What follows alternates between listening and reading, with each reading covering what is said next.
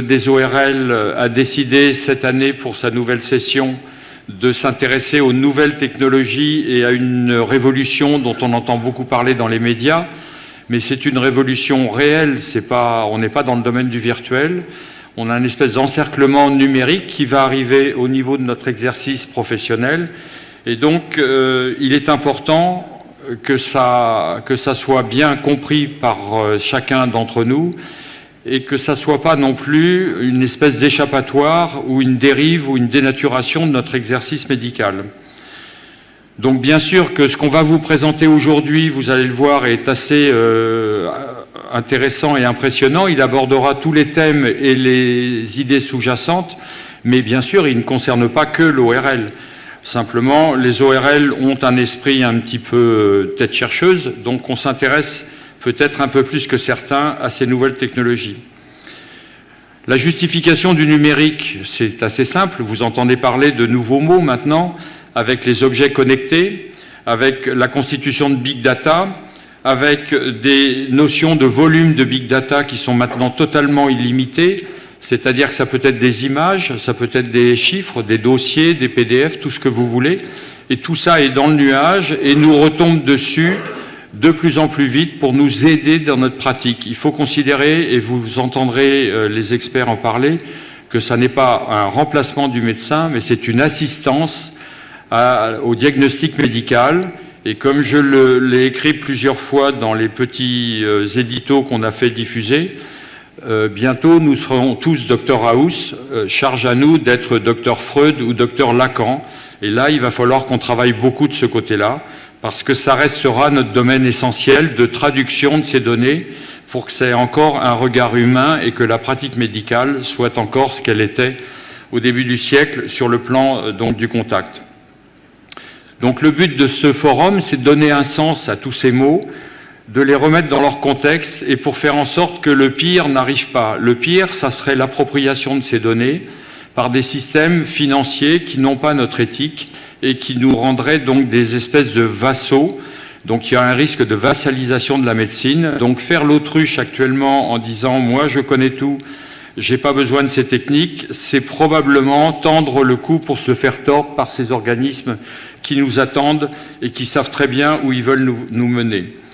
Donc moi je pense ou j'espère que ça sera la porte ouverte à un nouvel humanisme, à une éthique efficiente et qu'il ne faut surtout pas louper la porte d'entrée.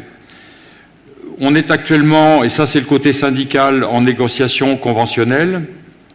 La négociation conventionnelle, vous allez le constater au fil des jours, est une négociation dans un système contraint, c'est-à-dire que de toute façon, il n'y aura pas d'augmentation financière de la masse attribuée à la santé, et donc ça sera simplement un déplacement des masses et non pas une amélioration de nos conditions de travail. Donc on peut avoir l'idée que ce regard numérique qui arrive à l'heure actuelle sera en fait l'occasion de refaire renaître le système conventionnel en modifiant les regards et en modifiant nos pratiques. Charge à nous de défendre notre territoire et de défendre nos valeurs. Vous l'entendez, j'ai personnellement par hasard regardé cette émission sur la 2 il y a quelques jours, sur le Panama Papers. On a un risque de Panama médical, donc il faut que ça soit très bordé et qu'on soit très présent dans toutes ces évolutions de système. Vous allez avoir 3 séquences de table ronde qui vont commencer. On a un rythme assez soutenu, on doit finir à 14 heures précises. Vous allez avoir une première table ronde menée par Yves Jankowski et Michel Mondin qui va nous présenter les nouvelles techniques sur 3 axes, les big data, la réalité augmentée et les objets connectés.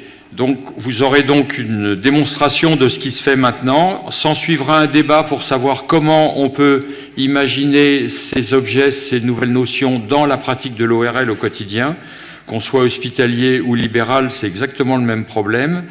Vous aurez une deuxième table ronde avec des personnalités connues, Lionel Collet, Guy Valencien et Jean Villanova, qui va essayer de nous dégager la valeur, la responsabilité juridique du nouvel exercice, les valeurs éthiques et exactement comment on peut se situer face à nos patients dans ce monde qui sera tenu par des gens qui ne seront pas forcément sur le territoire national. Je parle de Google et autres GAFA.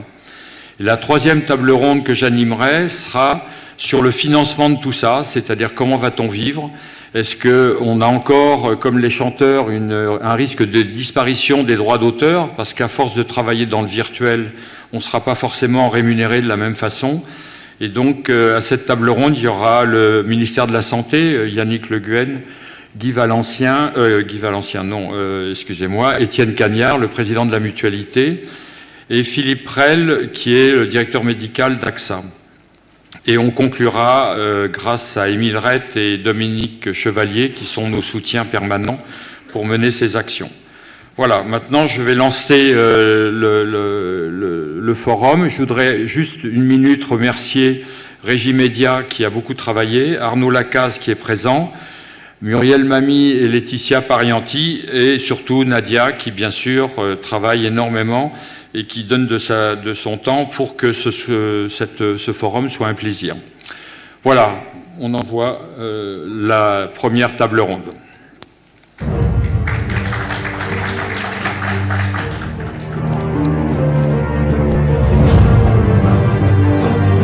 Yves, tu peux venir.